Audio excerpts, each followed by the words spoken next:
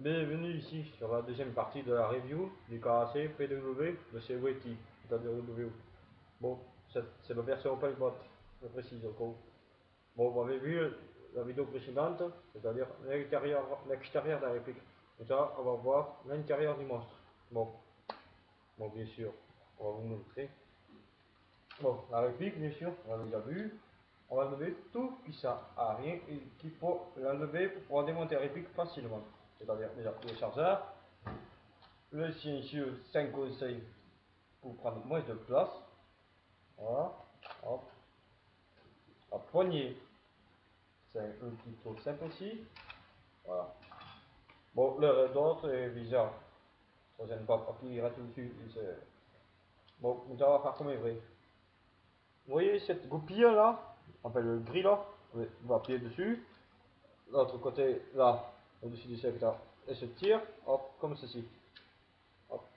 Et j'ouvre un réplique en deux. Voilà. Comme il est vrai M4, ça se casse en deux. Voilà, je referme, hop. On a vérifié que vous connaissez le global. C'est armé déjà. Voilà, là c'est désarmé. Là, dès que vous appuyez à gauche, ça fait rien, ça veut dire que c'est bon. Bon, maintenant, on va ouvrir la réplique en deux. On recasse la M4, la réplique. Hop. Par contre, attention, c'est le même système que les armolites. Et là, un conseil, c'est de tenir la réplique comme ceci. Hop. Parce que, hop. Voilà. Bon, je vais vous montrer l'ampère. Et ceci, c'est l'OR. C'est-à-dire le dessus et le dessous. C'est le terme anglais. Le terme harmonique. Harmonique, c'est-à-dire PGM16, M4 et le KACPW. Bon, vous voyez l'OR.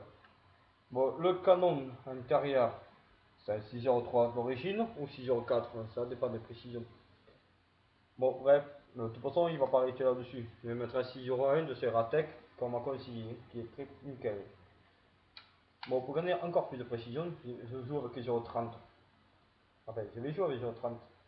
Pourquoi? Parce que le peuple est tellement puissant que je gagne de la portée. Et donc, je garde la même portée avec les 030 qui gagne la bille arrête droite. Et plus longue.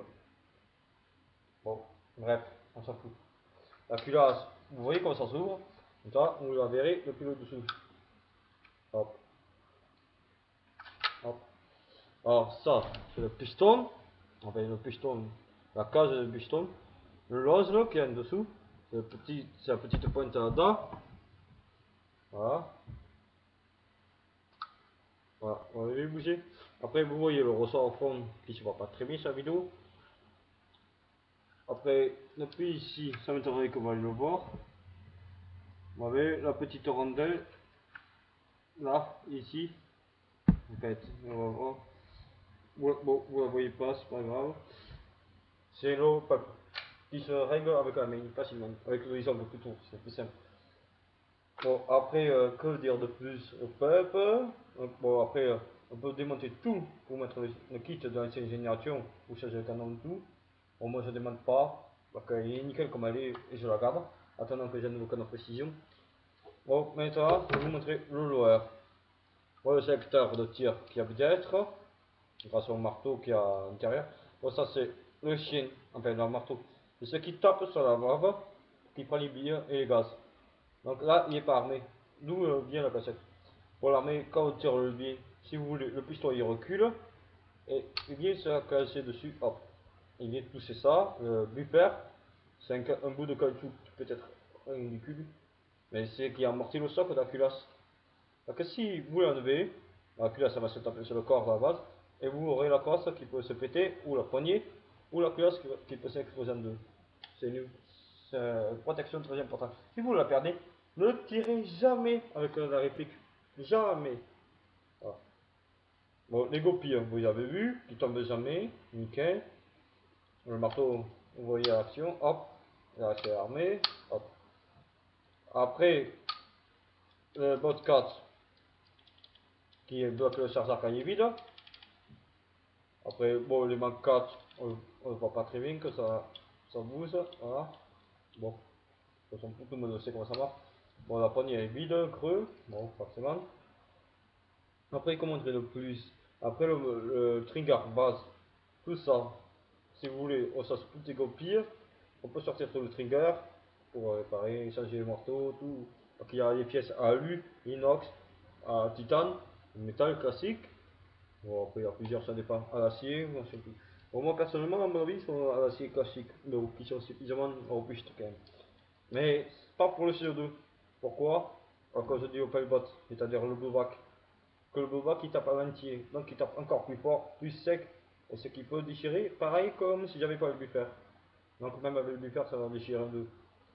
Alors après, comment montrez-vous voilà, rien. On va remonter les pics. Bon là, il faudrait un peu de coup de main pour s'habituer. Et ça vient à force de démonter et remonter. Moi, genre, personnellement, je commence toujours par la vente. Pourquoi? Parce que c'est peut-être c'est la partie la plus chiante.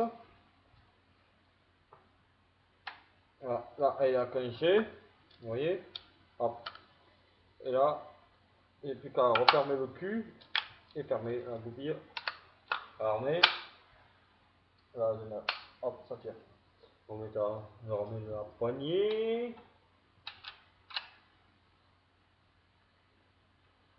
Mais après, pour la prochaine demain, c'est-à-dire la prochaine vidéo, ça montrera le blowback et le clic de la réplique avec le gaz.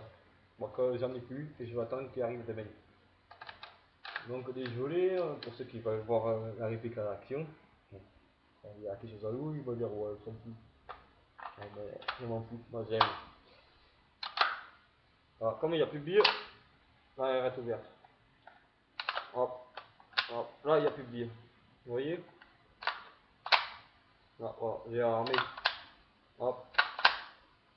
Ouais, mais après aussi on peut appuyer sur le bouton direct. Moi je préfère.